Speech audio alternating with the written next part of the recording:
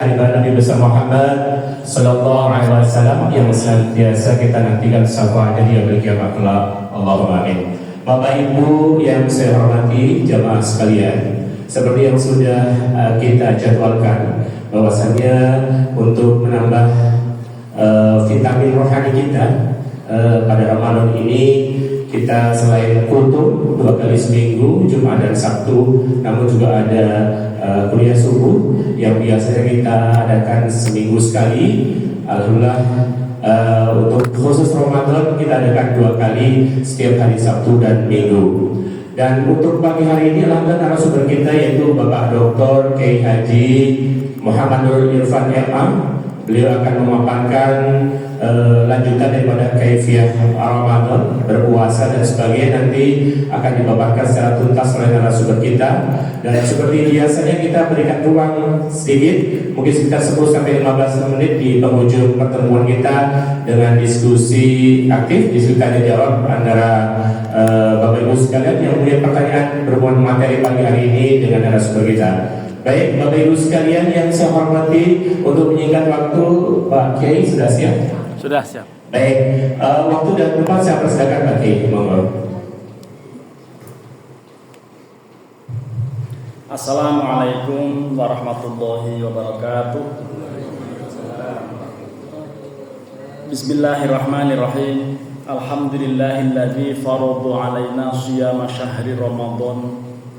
Asyhadu an la ilaha illallah wahdahu la syarikalah al-malikul alam dzul jalali wal ikram wa asyhadu anna Muhammadan abduhu wa rasuluhu al-hadi ila daris salam. Allahumma shalli wa sallim wa barik ala sayyidina Muhammadin sayyidil arabi wal ajam wa ala alihi wa ashabihi at-tayyibin at-tahirin ya nabi'il ulumi wal hikam. Amma ba'du.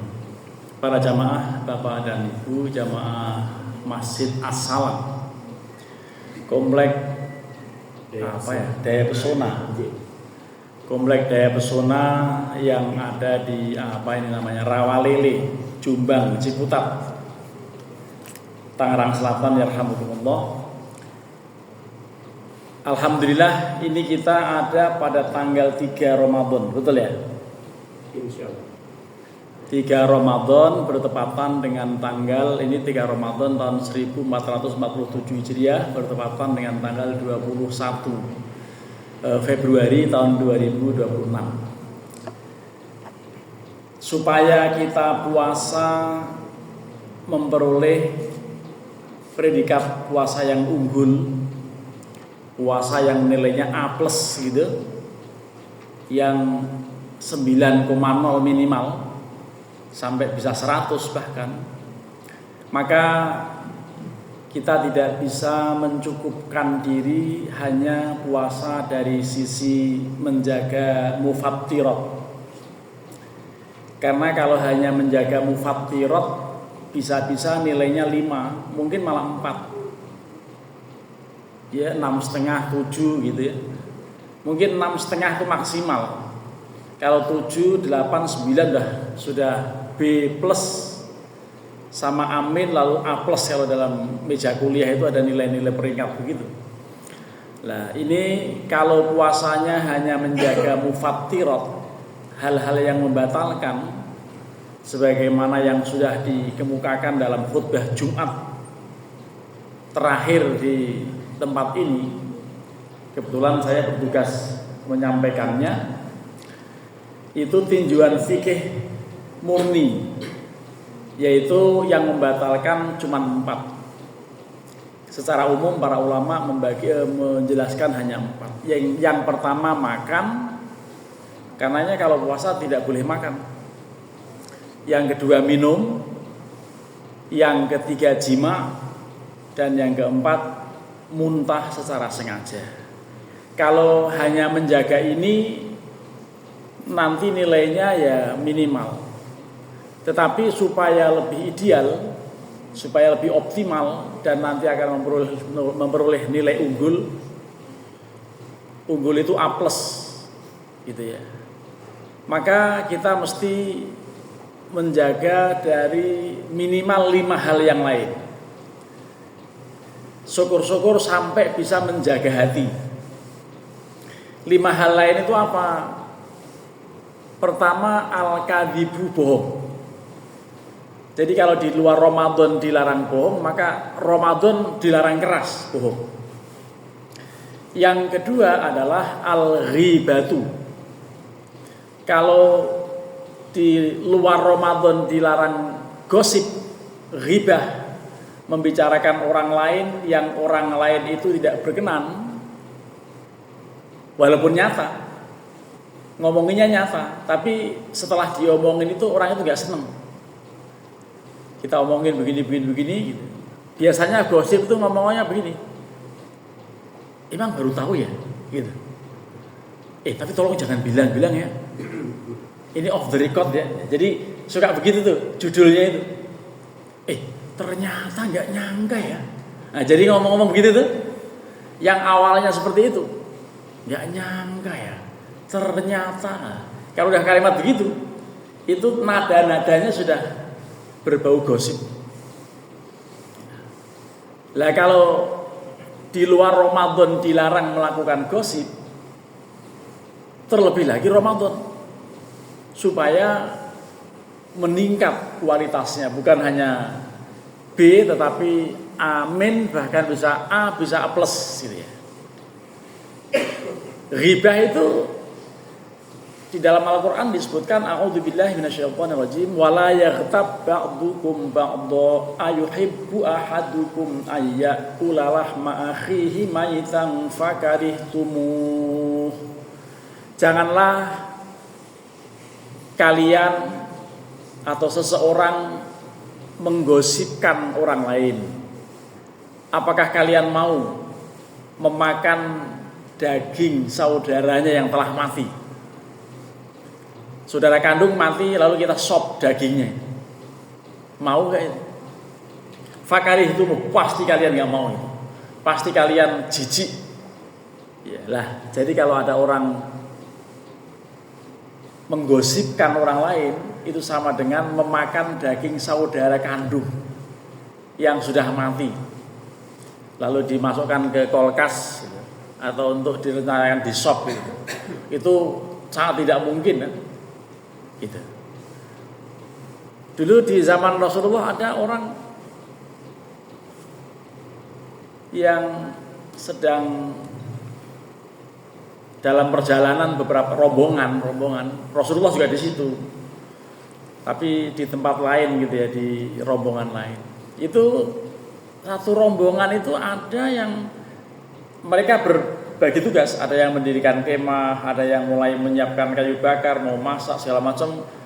Lah satu orang di antara itu tertidur. Lalu yang lain-lain yang lagi kerja bakti, antara yang mendirikan tenda, yang mau memasak, yang mau itu pada ngomongin, wah enak aja dia tidur. Ntar tahu-tahu bangun udah mateng ini. Masakan kita tinggal makan gitu, ngomong gitu. Gini aja kita kerjain dia nanti. Kita bagi-bagi menyediakan apa begitu. Habis baterainya Pak namanya. Yang satu nyediain lauk, yang satu nyediain apa segala macam. Lalu orang ini yang tertidur itu, dia kita sepakati untuk mencari lauk. Nah sudah, itu nasi, kalau sekarang nasi ya, kalau di sana mungkin roti apa udah mateng, tinggal lauknya yang belum ada. Orang yang tertidur itu bangun. Nah sekarang tugas kamu mencari lauk, karena ini sudah ada nih. Ya semua sudah ada sedia semuanya, sayur ada, hanya lauknya yang belum. Nah, orang itu kemudian datang pada Rasulullah. Itu ngapain jadi minta, ya Rasulullah mohon saran bagaimana saya ditugasi mencari lauk untuk teman-teman yang sudah memasak, sudah matang gitu. Lah ngapain nyari lauk kata Rasulullah? Bukankah mereka udah pada makan daging? Begitu. Bukankah mereka sudah pada makan? Belum ya Rasulullah, belum itu. Oh coba kita lihat. Itu dalam riwayat itu, coba kalian muntahin tuh orang yang kalian makan itu. Jadi dimuntahin gitu. ada potongan-potongan daging. Ya, ini apakah riwayat ini sahih atau tidak, tapi pendukungnya ayat Al-Qur'an ini. Ketika orang menggosipkan saudara kandungnya atau menggosipkan orang lain, itu sama dengan makan daging saudaranya. Gitu. Rasulullah menyebut begitu. Ya. Rasulullah tahu bahwa mereka menggosipkan agak jauh tapi tahu. Ya, itu. Jadi orang yang digosipin tuh datang kepada Nabi, minta lauk, ya udah nggak salah nyari lauk, mereka udah pada makan daging. Gitu. Ini artinya apa? Di bulan Ramadan kalau bisa sebisa mungkin kita hindarkan ya menggosipkan orang, ngomongnya biasanya suka ngomongnya begitu tadi, awas jangan bilang-bilang ya, tolong ini off the record gitu. Nah itu jadi supaya puasanya berkualitas ya dijaga. Yang kedua tadi ribah, yang ketiga namimah. Namimah ini tindakan provokatif, pelakunya namanya provokator. Bahasa Jawanya namanya tumbak cucukan, ya, ngadu domba satu kelompok dengan kelompok yang lain, menjadi tidak akur, menjadi berantem gara-gara ada provokator ini. Itu di bulan Ramadan sangat dilarang, di luar Ramadan dilarang, terlebih lagi di bulan Ramadan. Itu yang ketiga. Yang keempat harus dijaga adalah sahadatuz zur. Sahadatuz zur itu kesaksian palsu. Ini hari Sabtu, besok Ahad, lusa hari Senin tanggal 23, saya bertugas untuk menjadi saksi ahli dalam sebuah persengketaan waris di Pengadilan Agama Jakarta Selatan. Biasanya saya disumpah terlebih dahulu bahwa demi Allah saya hanya menyampaikan apa yang saya tahu atas dasar ilmu saya, tidak lain dan tidak bukan. Nah itu kalau nanti kemudian setelah disumpah itu ngomongnya ngaco, tidak sama dengan ilmunya, atau memberikan informasi yang tidak benar sesuai dengan keilmuan, itu masuk dalam kategori menyampaikan kesaksian palsu. Belum lagi orang yang melanggar sumpahnya, kenapa? Melakukan tindakan koruptif. Koruptor itu yang melanggar sumpah itu pejabat kan disumpah di atas, diangkat Al-Quran itu oleh rohaniawan itu, demi Allah saya tidak akan menerima dalam bentuk apapun gratifikasi dan macam-macam. Kenapa mereka korupsi? Ternyata mereka menyebutkannya bukan demi Allah Pak, tapi insya Allah begitu. Nah, karena insya Allah korupsi juga akhirnya. Nah itulah jadi memberikan kesaksian palsu itu termasuk bisa merontokkan pahala puasa. Jadi itu yang keempat. Dan yang terakhir adalah an-nadhru bisyahwah, melihat dengan syahwat. Di dalam perincian kitab fikih, tepatnya dalam kitab At-Taqriratus Sadidah fil Masailil Mufidah, disebutkan bahwa melihat yang mengundang nafsu seks biasanya itu sekalipun halal tetap bisa merusak pahala. Ya. Melihat istri kita dalam suasana siang hari, lalu dia tiba-tiba tertarik begitu, dan kemudian itu begitu itu sudah dinilai berkurang pahalanya. Kalau malam jangankan lihat, lebih dari itu boleh karena dihalalkan. Ya. Apalagi orang lain gitu. Jadi apalagi yang bukan istri itu pasti sangat drastis tuh mengurangi nilainya itu kalau sampai mengalami hal yang itu. Nah inilah. Jadi kelima hal ini disebut sebagai muhbitat atau al-muhabbitat gitu ya. Hal-hal yang bisa merontokkan, hal-hal yang bisa menghapus atau melenyapkan ganjaran pahala orang yang berpuasa. Itulah yang disabdakan oleh Rasulullah, bahwa beliau bersabda bahwa kam min shaimin laisa min siyamihi ilal ju' wal 'atasu.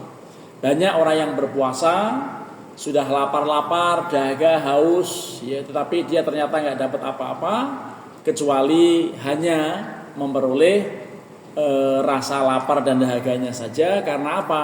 Karena tadi beberapa yang termasuk muhbitat belum ditinggalkan. Para jamaah, Bapak dan Ibu, saya hanya akan melengkapi keterangan-keterangan awal ini dengan uraian yang pernah disampaikan oleh Hujjatul Islam Imam Al-Ghazali, tepatnya dalam kitab Ihya Ulumuddin jilid pertama pada bab Al-Faslu Tsani fi Asraris Shaumi wa Syurutihil Batinah. Ya, pada pasal kedua mengenai rahasia puasa dan juga syarat-syarat batin yang mesti dikenal. Beliau mengatakan, ini sangat terkenal ini, kategorisasi puasa ini secara lengkap seperti yang ditampilkan dalam slide ini. Ini kalau berkenan melihat tulisannya akan saya bacakan beberapa bagian. I'lam anna shauma thalathu darajatin. Shaumul umum wa shaumul khusus wa shaumu khususil khusus. Amma shaumul umum fa huwa kaful batni wal farji an qada'i syahwati kama sabaq tafsiluhu, wa amma shaumul khusus fa huwa kaful sam'i wal basari wal lisani wal yadi wal rijli wa sa'iril jawarihim 'anil atham, wa amma shaumu khususil khusus fa shaumul qalbi 'anil himamid daniyah wal afkarid dunyawiyah wa kafihi amma siwallah azza wa jalla bil kulliyah. Jadi biasanya suka disampaikan oleh para penceramah bahwa puasa itu mirip-mirip martabak. Ada yang biasa, ada yang istimewa, ada yang sangat istimewa tingkatannya. Kalau yang biasa itu hanya puasa orang awam. Mungkin kita sudah bisa itu kalau itu, karena hanya menahan dari yang membatalkan. Tidak makan, tidak minum, tidak jima, tidak muntah secara sengaja, itu umumnya orang ya begitu. Selama 2 hari kemarin kita sudah menjalankan itu. Tapi untuk bisa berkualitas lebih lanjut lagi kita tingkatkan. Ya. Apa yang ditingkatkan? Ya, yang ditahan itu bukan hanya menahan perut, tetapi juga menahan apa yang di bawah perut, apa yang di dalam dada, apa yang tersembunyi dalam mata dan dalam pikiran kita. Itulah yang kemudian masuk dalam kategori puasa khusus. Yaitu apa yang dijaga? Fahuwa kafus sam'i, pendengarannya dijaga.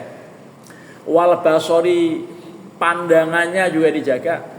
Wal lisani, lidahnya juga dijaga. Ini lidah ini memang tidak bertulang. Kalau ngomong menyinggung orang itu sampai lama nggak sembuh-sembuh tuh. Kadang-kadang sampai meninggal nggak termaafkan. Dalam kalimat bahasa Arab dikatakan waqad yurja li jarhis sayfi bur'un wala bur'a lima jarhal lisan. Kalau hanya luka karena pedang maka gampang dicari obatnya, tapi kalau luka karena lidah kemana obat hendak dicari? Karena memang betul-betul kalau lidah sampai melukai perasaan orang, menyakiti hati orang, itu di akhirat nanti luar biasa tanggung jawabnya. Sampai Nabi mengatakan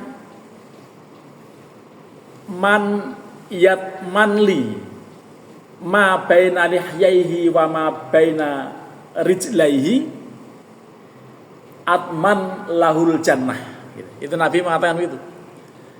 Barang siapa yang mau berjanji bisa menggaransi sesuatu yang ada di antara 2 jenggot dan sesuatu yang di antara 2 ujung kaki, maka aku akan garansi dia menuju surga. Pasti masuk surga. Selama bisa menjaga apa yang di antara 2 jenggot. Di antara kumis dan jenggot ada mulut, ada lidah. Dan yang ada di antara 2 ujung kaki, di ujung paha bapak-bapak semuanya, ibu-ibu, ada sesuatu yang mesti dijaga di ujung paha. Makanya dalam statement yang lain, orang masuk neraka itu cuma 2. 1 karena mulut, 2 karena kemaluan. Jadi itu. Makanya harus kaful lisan. Waliyat, jangan nonjokin orang. Kekuasaannya juga jangan dijadikan sebagai sebuah upaya mendolimi rakyat. Jadi kalau ada orang melakukan tindakan koruptif, para koruptor itu melakukan kedoliman. Jadi ini kekuasaan ini tangan, tetapi maksudnya juga kekuasaan, juga kaki dijaga, dan semua panca indera. Dalam bahasa yang sederhana, orang berpuasa mesti menjaga menutupi 9 lubang yang disebutkan sebagai bolongan songo.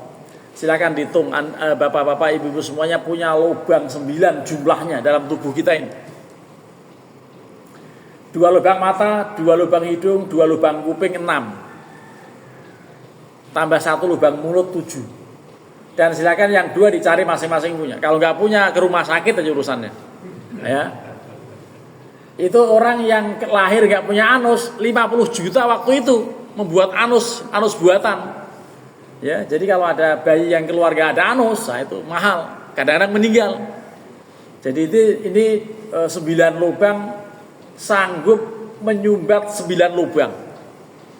Ya, itu untuk bisa menuju yang ideal puasanya. Nah, kira-kira insya Allah bisa Pak ya? Insya Allah bisa. Ya.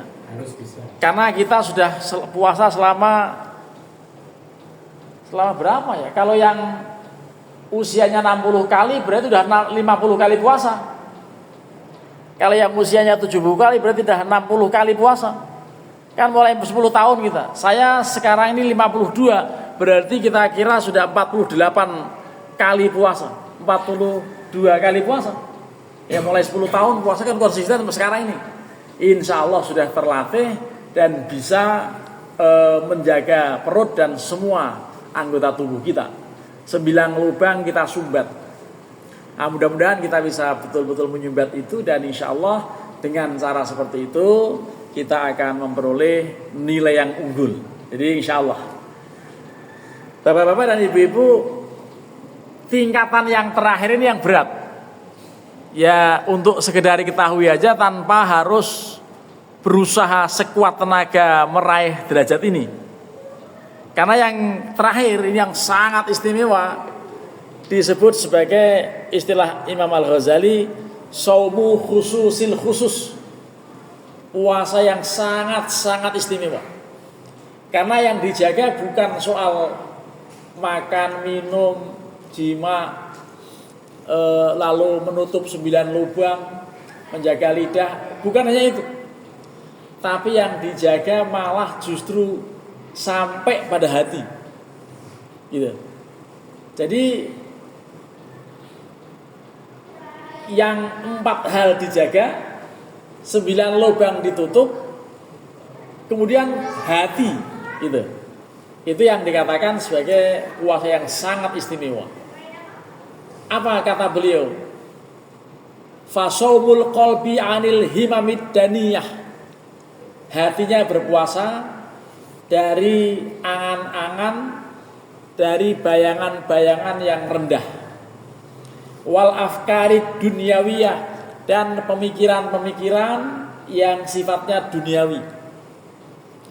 Ini kalau ibu-ibu melakukan puasa ini, dijamin bapak-bapaknya protes. Gitu, dan sebaliknya. Karena apa?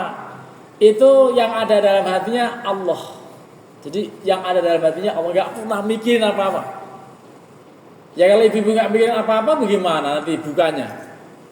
Kan harus mikirin menunya apa, mau masak apa, siapa yang mau kepengen apa, kan begitu biasanya kan ya. Ya kalau kemudian bisa sampai ke tingkatan ini, itu luar biasa. Sudah harus jangan punya keluarga itu, ya. Cuman berat sekali, karena apa? Setiap kali terlintas sebuah gambaran mau buka apa, setiap terlintas nanti sore ini mau buka sama apa, itu mereka sudah menganggap tercela puasanya itu. Coba, hanya sekedar nanti sore saya mau makan, mau nyambel terasi, mau ini jengkol digoreng, begitu-begitu tuh, itu sudah dianggap tercela. Sudah merasa berdosa karena apa? Karena mikirin makanan yang nanti. Kira-kira sanggup ini? Ya, yang ada dari pagi sudah nyisip-nyisipin tuh. Ya, taruh di sini, taruh sini. Waktu kecil puasa segala macam jeruk apa disimpan. Pas malam lupa gitu kan. Apa udah maghrib lupa apa yang disimpan. Akhirnya ketemunya besok busuk gitu. Itu anak kecil dulu ya waktu latihan puasa. Nah, inilah. Jadi gambaran puasa yang model seperti ini, ketika teringat nanti malam mau buka di mana, menunya apa, atau mau masak apa begitu, itu sudah dianggap berdosa. Atau sudah menganggap dirinya dosa. Inilah tingkatan yang paling tinggi, dan tentu kalau yang begini disebutkan hanya puasanya para nabi. Ya sudah, kita bukan nabi. Kita manusia biasa ya. Ada puasanya seperti yang kita jalankan, setidaknya menuju pada tingkatan yang kedua itu, yang sudah bisa menyumbat lubang 9, termasuk juga bisa menahan yang membatalkan tadi, yang kemudian dikenal dengan al-mufattirat ditahan, lalu al-muhbitat juga ditahan. Ini gambaran yang disampaikan Imam Ghazali seperti itu. Ya. Wayah surul fitru ini, wayah surul fitru, dan berhasil fitrah, artinya sudah dianggap batal fi hadas shaumi bil fikri fi masya Allah. Kalau waktu puasa sudah mikirin sesuatu yang bukan Allah, gitu. Sudah menganggap dirinya batal, rusak. Wal yaumil akhir, dan juga selain hari kiamat. Wabil fikri fid dunya ila dunya ini. Dan memikirkan dunia kecuali dunia yang dinilai bisa membantu soal agamanya. Kalau kira-kira tadi mau belanja apa di tukang sayur kan membantu agamanya terlaksana, membantu suasana rumah tangga bagus, karena anak-anak yang lagi latihan puasa disediakan dengan menu-menu. Kalau niatnya itu insya Allah tetap kena ini. Kalau niatnya untuk ini, makanya ilat dunia turadu lidin. Kecuali mikirin dunia, mikirin menu-menu apa sayur gitu, lauknya apa, dalam rangka untuk membantu yang lain, anak-anaknya, mungkin cucunya, mungkin pasangannya, supaya tetap bisa terlayani dengan baik. Kalau itu niatnya, bisa memperoleh ya derajat yang ini. Fa inna dzalika min zatil akhirah, karena yang demikian itu termasuk mempersiapkan modal untuk akhirat. Walaisa minad dunia, dan itu bukan semata-mata dunia. Jadi tidak boleh salah paham juga ketika orang mikirin masak, ya berarti memang harus begitu kan? Karena apa? Karena menyediakan anak-anaknya, cucunya, pasangannya semua harus bersiap puasa, bersiap ada buka dan seterusnya. Tetapi sekarang ini puasa sebetulnya tenang-tenang saja. Selama dia tidak malu menjelang maghrib parkir aja di mana, atau mampir aja di masjid mana begitu pinggir jalan, insya Allah ada takjil. Ini ngomong-ngomong takjil itu namanya, sekarang takjil itu kan menjadi salah kaprah Indonesia ini. Ada pasar takjil, padahal kata-kata takjil itu buru-buru cepet gitu. Mentakjil itu ajru takjilan, itu cepet gitu. Pasar buru-buru namanya, ya, berburu takjil, berburu-buru gitu. Ya padahal sih itulah bahasa Indonesia itu takjil artinya kemudian jenis makanan. Kalau dibuka kamus bahasa Indonesia, takjil itu nanti atau dilihat meta gitu, IAE gitu, itu nanti akan takjil itu makanan untuk berbuka. Padahal takjil itu artinya cepat-cepat. Memang dikatakan di antara yang sunnah takjilul fitri, cepat-cepat berbuka. Kalau sudah nyata-nyata maghrib.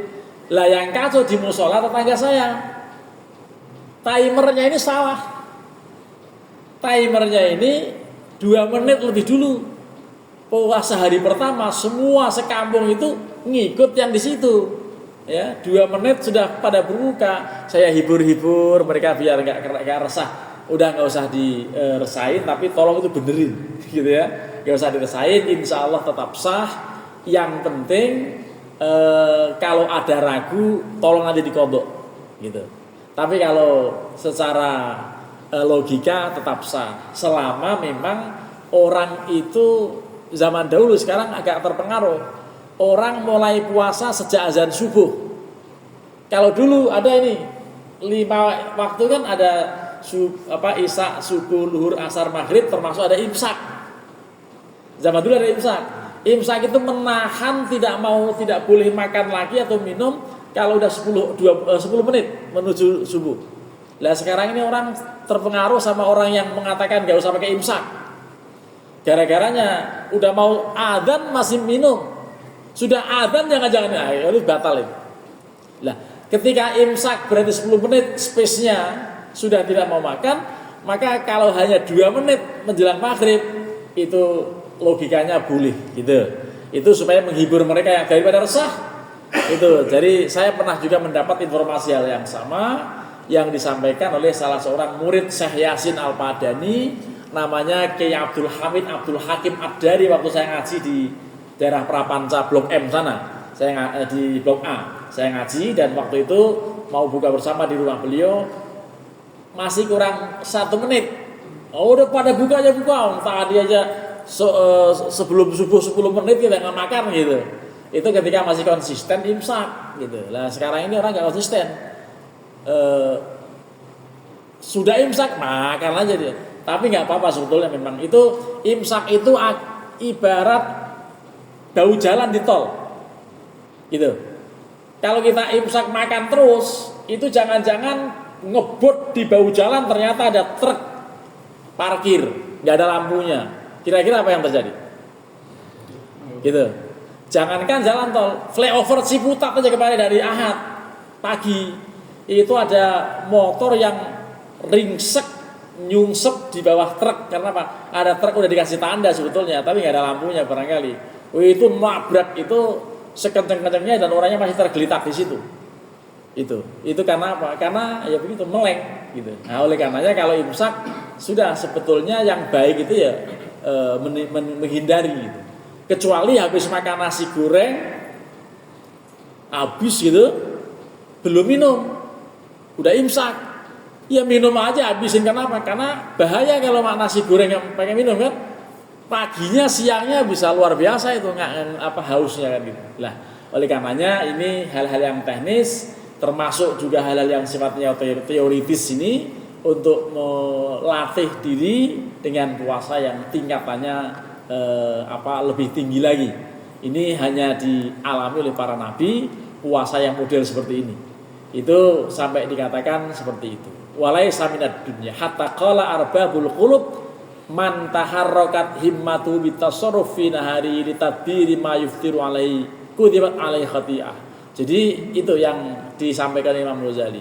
Kalau ada orang yang terbersit dalam hatinya nanti mau buka dengan apa, sudah dianggap sebagai sebuah kesalahan.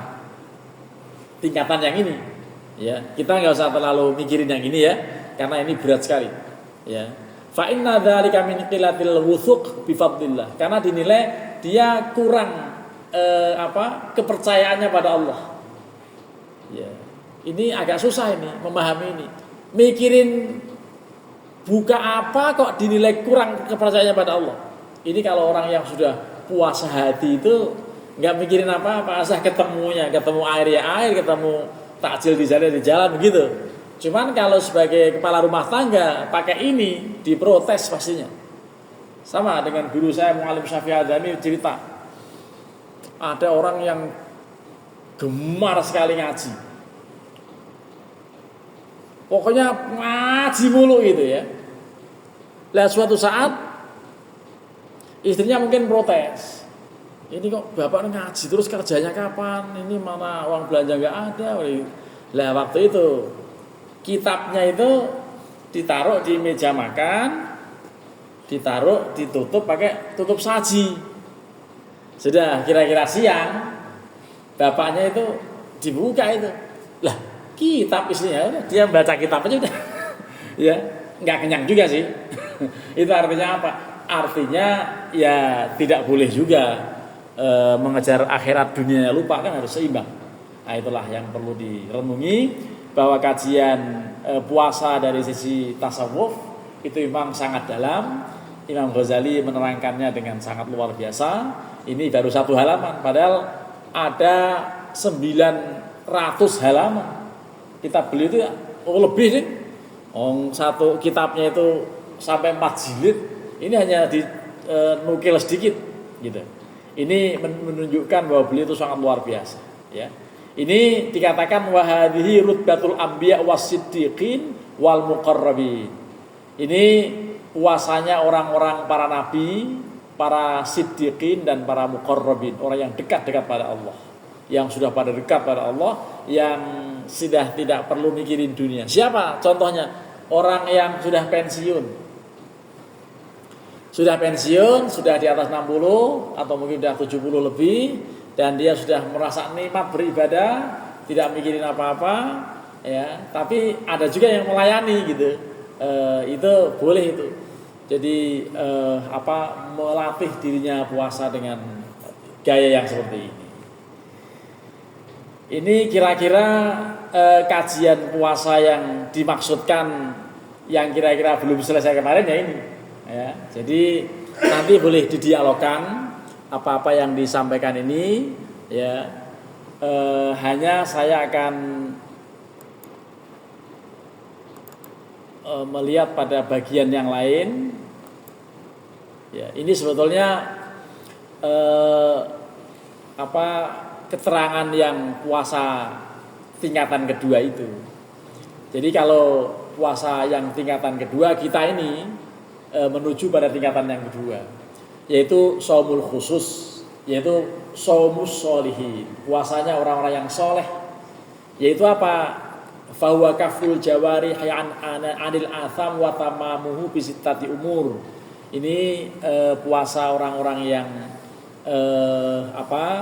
yang soleh ini itu sempurnanya dengan menjaga 6 hal. Tapi sudah disampaikan di awal yang tadi menutup 9 lubang ini. Kalau bahasa Imam Ghazali, pertama ghaddul basar, yang kedua hifdzul lisan, dan yang ketiga ketika ngomongin hifdzul lisan agak panjang ya, pada bagian yang lain itu nanti ada keterangan-keterangan soal itu. Ya, hifdzul lisan dan seterusnya. Ya. Karena ada 6 pada halaman berikutnya. Ya. Jadi ini yang ketiga adalah kafus sam'i 'anil isgha' ila kulli makruhin. Jadi pendengaran kita juga dijaga, jangan mendengarkan kalimat gosip dan seterusnya, supaya kita terhindar dan bisa meningkatkan kualitas ibadah puasa kita. Mudah-mudahan kita senantiasa dalam keadaan sehat walafiat, kita selalu bisa meningkatkan kualitas puasa kita, dan harapannya puasa ini kan tinggal 27 hari lagi ya. Betul nggak? Iya, tinggal 27 hari lagi gitu, baru ini udah dapat berapa? Saya ini waktu memulai Ramadan kemarin nggak sama ya. Ada yang sudah duluan gitu. Itu tapi kalau nggak salah lebarannya sama. Berarti yang mulai duluan 30 hari. Sedangkan yang mulai belakangan 29. Karena kebetulan Rasulullah SAW puasa itu hanya 9 kali. Kenapa? Karena diwajibkannya pada tahun 2 Hijriah, lalu wafatnya tahun 13 Hijriah. Ya, pokoknya terhitung 9 kali, dan 8 di antara 9 itu semuanya 29 hari. Hanya 1 yang 30 hari beliau. Nah, jadi ini teman-teman Muhammadiyah kali ini puasa 30 hari, sementara yang non Muhammadiyah, pemerintah dan Nahdliyin semuanya puasanya 29 gitu ya. Ya itu yang penting ketika akhir Ramadan nanti seandainya tidak sama, kalau prediksinya sama. Seandainya tidak sama harus yakin. Karena suatu saat dulu pernah kita masih puasa sementara ada yang takbiran. Nah kalau begitu kemudian kita terpengaruh nggak makan, nggak puasa lalu membatalkan, itu harus punya rumus, ya, harus punya keyakinan. Keyakinannya apa? Ya keyakinannya hari itu sudah 30 Syawal, sudah tanggal 1 Syawal. Kalau dia masih ragu ini 1 Syawal apa 30 Ramadan, maju mundur ragu, kalau begitu itu yang menjadi masalah. Itu yang dikatakan puasa pada hari ragu. Kalau ragu-ragu harus ditinggalkan. Nah, mudah-mudahan kita tidak mengalami hal yang sama. Tapi kalau seandainya begitu, yang penting punya keyakinan. Hanya anehnya ada kalau dalam suasana begitu sudah tidak puasa karena ikut sebelah, ikut orang yang takbiran, tapi dia belum sholat id, tapi nggak puasa. Pas saya tanya itu hari apa? Hari bingung katanya. Oh, jadi hari bingung, hari nggak puasa tapi nggak sholat id. Itu hari bingung namanya kan? Nah, jadi hari bingung nasional. Mudah-mudahan kalau seandainya terjadi tahun ini ya harus punya sikap yang bagus supaya tidak menjadi persoalan. Tapi kayaknya enggak. Awalnya beda, nanti ujungnya sama. Tapi dulu pernah ujungnya sama, akhirnya beda. Nah, itulah. Ada lagunya kan? Itulah Indonesia, begitu. Ya, puasa bisa milih dan orang-orang yang konyol menurut saya atau saya mau mengikuti yang puasanya belakangan, yang lebarannya duluan. Nah, kalau begitu enak juga tuh. Ya. Puasa belakangan, lebarannya duluan. Terima kasih, saya kembalikan pada Ustadz Imam Sobirin ya. Jadi saya itu sering komunikasi sama beliau, tapi orangnya yang mana? Setahun sekali ketemu gitu ya. Nah, ternyata beliau. Silakan Ustaz. Baik, terima kasih Pak Kiai untuk pemaparannya pada hari ini. Alhamdulillah kita bisa bertemu Pak Kiai. Walaupun setahun sekali, mohon maaf lahir batin. Bapak Ibu sekalian, seperti yang sudah saya sampaikan tadi di awal pertemuan, yang menyimpan pertanyaan kami persilakan, kita berikan waktu kurang lebih 10 sampai 15 menit. Silakan, yang mau bertanya silakan. Ibu-ibu di belakang. Ada? Tidak? Paham semuanya? Bapak-bapak ada yang mau bertanya silakan. Udah pengen ibadah yang lain. Ibadah lain tidur lagi. Baik, Pak ada pertanyaan silakan. Biasanya ini Pak Haji Rawan ini. Silakan. Daripada nggak ada. Silakan. Nah, biasanya kalau belum dimulai malu-malu kucing gitu. Silakan Pak. Bismillahirrahmanirrahim. Terima kasih Pak Kiai, tadi sudah dijelaskan dengan begitu gamblamnya dan alhamdulillah cukup jelas. Namun selaku kita puasanya masih umum ya. Tadi yang dibahas sudah tentang puasa yang orang soleh gitu ya. Yang ada yang dikatakan bahwa puasa itu asyamu junnatun. Nah, mohon nanti dijabarkan, jelaskan. Dan sumu tasyu, ini kan buat kita nih semua ya. Sama puasa itu sebagai apa? Untuk kesehatan juga ada. Nah, mohon diterangkan Pak. Terima kasih. Baik, silakan Pak Kiai, langsung aja satu persatu Pak Kiai. Baik. As-saumu junnatun. Puasa itu perisai. Ya gimana gak perisai? Puasa itu bisa membuat lemes. Jadi gampangnya kalau orang lemes, perutnya lemes, di bawah perut ikut lemes. Sehingga tidak ada kejahatan yang kaitan dengan di bawah perut itu. Itu sehingga Rasulullah mengatakan kepada para pemuda, ya ma'syaras sabab, wahai para pemuda, manis tato aminkumul ba'ah fal yatazawwaj. Siapapun yang sudah mampu di antara kalian, maka segera menikah. Karena fa'innahu aghaddu basar, karena menikah itu bisa lebih memejamkan, bisa memelihara pandangan. Fa'ilam yastati, kalau kalian belum mampu, falaihi bisawm. Ya, fa'ilam ya, kalau orang itu belum mampu maka sebaiknya atau sebetulnya alaihi juga wajib itu. Para pemuda yang belum mampu nikah tapi menggelegak nafsu seksnya, maka berpuasalah gitu. Fa'innahu lahu wijaun, karena dia akan menjadi penawar, karena dia akan menjadi perisai, karena dia puasa itu akan menjadi benteng. Itu hadis yang lain. Jadi kalau orang udah puasa, insya Allah. Tapi ngomong-ngomong ini, mumpung lagi ngomongin ini, saya tahun lalu, karenanya ini baju-baju saya agak mulai sempit lagi karena apa? Sudah tidak seperti tahun lalu. Tahun lalu saya karena ada seorang yang mengijazahi agar puasa 1 tahun, saya jalankan puasa 1 tahun. Dan betul-betul itu, ya. artinya membuktikan bahwa puasa itu menjadi perisai kalau menjalankannya banyak.